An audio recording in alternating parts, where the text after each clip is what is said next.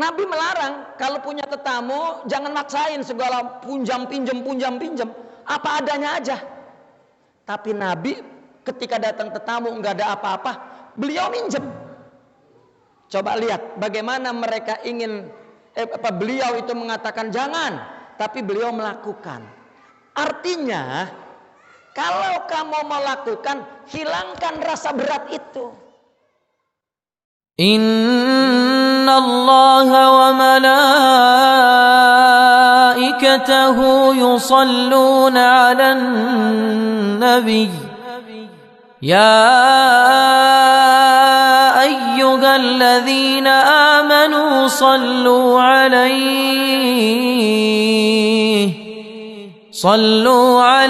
wa sallimu taslima. Itu. Taib yang kedua, ini kita dua hikmah saja ya. Hikmah yang kedua, wa qala radhiyallahu anhu, man lam yadfa anhu al-faqra qalilul mal. Ya silakan yang udah megang kitab lihat kitabnya itu.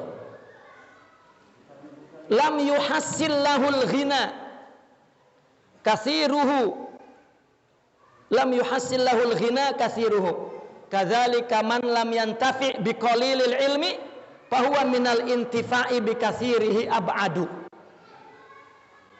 Orang yang sedikit harta tidak menolak rasa kepakiran, maka dia pun tidak akan mendapatkan rasa cukup oleh banyaknya harta.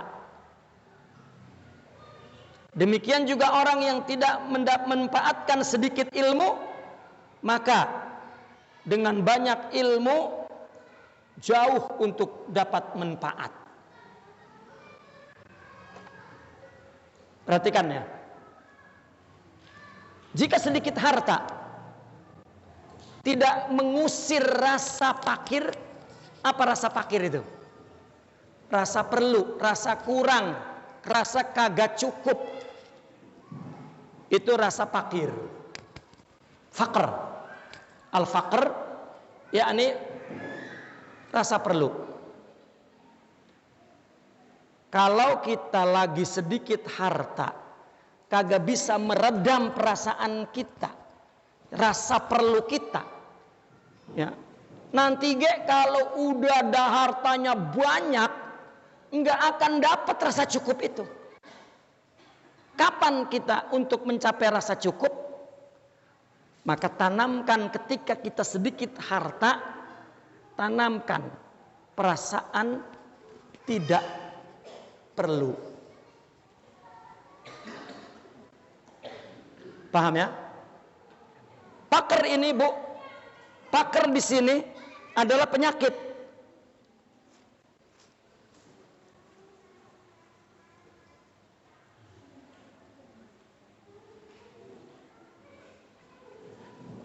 Pakar ini al-faqr, ini penyakit. Apa? Tidak qanaah, ini fakir. Ya, fakir. Rasa kurang, rasa enggak cukup, rasa pengen. Sekarang kita lihat realita kehidupan. Orang hartanya banyak, kira-kira masih punya rasa fakir enggak? Punya. Kurang baik. Ya. Harta udah banyak kurang baik. Ini namanya penyakit. Nah, lawannya fakir ghina. Ghina ini rasa cukup. Ya. Ghina itu rasa cukup, rasa ghina ini arti kaya maksudnya. Ini dalam sifat rohani, bukan dari banyaknya harta. Makanya dikatakan kaya itu bukan banyak harta. Kalau hilang rasa fakir, kaya. Karena lawannya fakir adalah ghina. Bagaimana kalau kita banyak harta supaya merasa cukup? Nah, ketika kita sedikit harta, hilangkan rasa pakar itu. Rasa pengen, rasa kurang, bunuh di situ. Ya, nanti apabila kita harta banyak, udah cukup. Tapi kalau enggak cukup. Makanya kata Nabi apa nih? Kata Nabi nih, kadal faqru ayyakuna kufran. Nyaris penyakit pakar ini menjadikan dia kekufuran. Kufur ini kufur apa? Kufur nikmat. Kufur di sini bukan kufur keluar dari agama, karena kaitannya kepada fakir. Ini jangan sekali-kali hadis ini diartikan miskin menyebabkan orang keluar dari agama. Itu menyalahi maksud hadis ini. Hanya satu yang mengartikan hadis ini seperti itu adalah orang orientalis. Sedangkan syarah ulama tidak, kecuali syarahnya orientalis. Sifat atau penyakit kurang ini membawa kepada kufur nikmat. Jadi Pak, orang rasanya kurang aja, tersiksa enggak? Tersiksa. Disebut azab. Tersiksa. Orang kurang aja tersiksa, sampai kaya ge kurang baik, tersiksa. Kenapa? Karena kurang bersyukur. Kalau bersyukur, maka Allah buat dia cukup ghina. Kalau dia cukup, maka dia tidak kufur. Makanya kata Allah dalam Al-Quran yang sesuai dengan mana ini, la in syakartum la azidannakum. Kalau bersyukur, aku bikin kamu cukup. Wala in kafartum, tetapi kalau kamu rasa perlu mulu, ini kan kufur kan rasa perlu mulu, enggak syukur. Inna azabi, siksaku pedih. Apa siksaku? Ini rasa kurang baik, itu siksa dari Allah. Sekali lagi, la in syakartum la azidannakum. Kalau kamu bersyukur, Allah akan bikin kamu menjadi merasa cukup. Wala in kafartum, kalau kamu tidak bersyukur. Kafar kufur ini maksudnya mengingkari nikmat, tidak disyukuri maksudnya. Ya, ini konteks ayat ini yang membatasi makna kufur di sini adalah tidak mensyukuri nikmat itu kufur. Inna azabi lasyadid. Orang kalau enggak ada syukurnya kepada Allah, maka dikasih siksa oleh Allah berupa fakir, rasa kurang baik, udah banyak ge, karena enggak pernah bersyukur. Nah, bersyukur kan dengan menafkahkan rezeki kekayaannya itu kepada haknya dan jalan yang benar. Tanda rasa syukur. Nah, oleh karena itu dikatakan nyaris penyakit pakar itu membuat orang tidak mampu bersyukur, yaitu kufur. Coba orang kalau perlu udah banyak ge,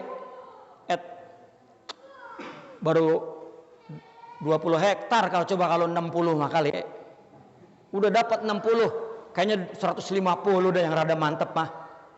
Ya. Maka orang yang punya penyakit fakir ini susah ngasih, wong dia juga masih perlu. Orang kalau udah hilang penyakit ini, Pak, ya, dirinya juga dikasih nih, mau kalau mau ngambil mah. Ya. Kenapa? Karena dia hina. Makanya Nabi pernah mengatakan yang paling afdal memberi di saat dia sedikit ama anaknya banyak. Coba bayangin Pak, kita punya dikit, anak kita banyak, apalagi yang bininya banyak mah. Udah dikit hartanya, bininya banyak, anaknya banyak, itu ama ngasih jauh. Kata Nabi, afdal di situ. Itu sebetulnya bukan untuk memberatkan, ya, untuk membunuh sifat pakar itu. Makanya kata hikmah ini, sedikit harta Jika sedikit harta tidak mampu menghilangkan rasa fakir, udah banyak kagak bakal dapat rasa cukup. Maka Nabi mengajarkan bagaimana hidup dengan rohani. Memberi itu bukan soal enak banget loh, bukan. Tetapi membentuk manusia rohani itu, akhlak itu. Kenapa? Kita ini ada dua manusia nih dalam tubuh kita. Pertama manusia fisik, ini manusia materi, manusia perut, sama binatang. Ada manusia rohani. Manusia rohani inilah yang disebut dalam Al-Quran muqarrabin, aulia, siddiqin, solihin, muttaqin. Itu bukan fisik. Fisiknya mas apa aja. Kalau ada sifat-sifat manusia rohani itu, maka dialah hidup mampu beragama. Karena yang memberi itu Allah. Mati fisiknya dipindahin sama Allah, sifat itu ke ya. Nah, Nabi ketika mengajarkan agama itu membangun rohani. Bukan asal ngaji doang. Ini sama ngajinya nggak bawa kitab bongko. Ngopi ngedangos kayak apa ya? Kalau ngedangos kayak apa itu? Ya. Sampai ompong. Saya paling sebel orang ngaji pikirannya, jiwanya nggak di sini. Waduh Pak, itu kurang ajar. Menghina ilmu itu sifat Allah. Kita ingin mendapatkan sifat Allah, hormati tempat ini. Ini tempat ini nggak sama Pak sama di warung kopi. Ya. Beda, ini tempat mulia sekali. Ya. Makanya ibu-ibu jangan recet mulu kalau ngaji. Ini merecet sama ribut. Ya. Kita menghormati ilmu yang akan Allah berikan ke dalam hati kita itu. Nah, ini sekali lagi saya ingin menegaskan kadal fakru ayyakuna kufran. Ini kufurnya kufur nikmat, bukan kufur keluar dari agama. Fakrnya bukan miskin, tetapi penyakit fakr seperti yang katakan oleh Imam Al-Haddad, bahwasanya ketika sedikit harta tidak mampu kita menghilangkan rasa pakar itu, rasa perlu, rasa kurang, rasa nggak cukup, ya. Nanti kalau udah banyak, ya, nggak akan dapat rasa cukup, rasa puas. Maka mulai dari kecil, dari sedikit. Nah, dibandingkan, kemudian dikombenkan kepada ilmu. Ilmu pun begitu, kalau dikit kagak diamalin udah banyak apalagi begitu. Nah, maka ulama dulu kan begini, jangan banyak-banyak ilmu, dikit biar manfaat. Bener dia nggak banyak-banyak lah, goblok. Padahal maksudnya bukan begitu.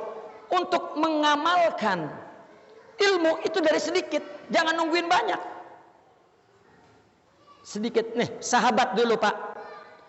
Awalnya nih Nabi membentuk masyarakat. Ya, para sahabat dulu, kalau dia menghafal Quran, ya,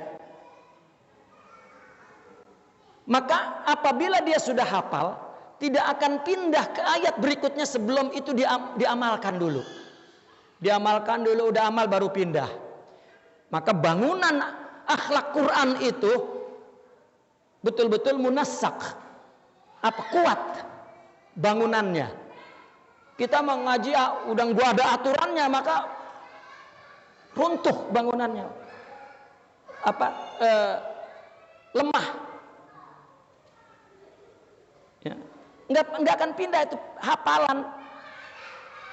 Imam Bukhari ketika dia menghimpun hadis-hadis sahih, ketika itu Imam Muslim muridnya ngaji di Imam Bukhari. Karena Imam Muslim itu sangat mencintai Imam Bukhari. Kalau ngaji ngedangos aja, ngeliatin aja sambil senyum karena cintanya kepada Imam Bukhari. Sebelum ngaji, sesudah ngaji, Imam Muslim itu selalu lari mendampingi Imam Bukhari untuk berkhidmat. Ketika selesai ngaji, dia tanya, "Wahai guruku, boleh aku bertanya?" Bertanyalah. Ya. Bagaimana kamu bisa menghafal hadis begitu banyak? Saya kagum sekali. Apa kata Imam Bukhari? Aku ketika dapat hadis, tidak akan aku tulis di bukuku kecuali setelah aku amalkan. Aku amalkan hadis itu dulu. Sebelumnya aku cari apakah ini sahih atau tidak. Kalau sudah dapat sahih, maka aku amalkan. Setelah aku amalkan, aku menulis. Dan sebelum menulis pun, aku berwudu dan sholat 2 rakaat untuk satu hadis itu. Tulis. Terus maka tidak banyak Imam Bukhari hadisnya itu, tapi hadis itu berarti itu adalah amalan dia. Ini maksud sedikit dikerjakan, ya, udah makin banyak, bagus. Nabi dalam hadis lain bersabda, orang yang nambah ilmu tapi kagak menambah bimbingan nurani hati, maka hidayah akan jauh ketika dia banyak ilmu. Ya, maka ngaji dikit, amalin dikit, manfaatin. Nah akhirnya orang narik, ya, biar banyak kalau nggak manfaat untuk apa? Mendingan dikit, penting manfaat. Ini motifnya orang nuntut ilmu, jangan dijadiin motif untuk tidak nuntut ilmu. Udah banyakan ilmu. Kalau dipikir-pikir mah mendingan banyak, bagian orang manfaat ge. Daripada dikit, kagak manfaat, goblok. Ya tetap tidak logis kalau pahamnya begitu. Nah banyak masyarakat kita menganut paham yang salah-salah. Maka kita ini bertanggung jawab untuk generasi ke depan. Ya, kita cut yang salah-salah itu. Ya. Jadi ada 2 pelajaran tentang mulailah dari yang kecil, mulailah dari sedikit, mulailah dari sekarang. Ya, jangan menghayal. Ya, ini pelajaran daripada hikmah ini. Ya itu saja. Ya bapak-bapak, ibu-ibu, ya cukup 2 aja tetapi betul-betul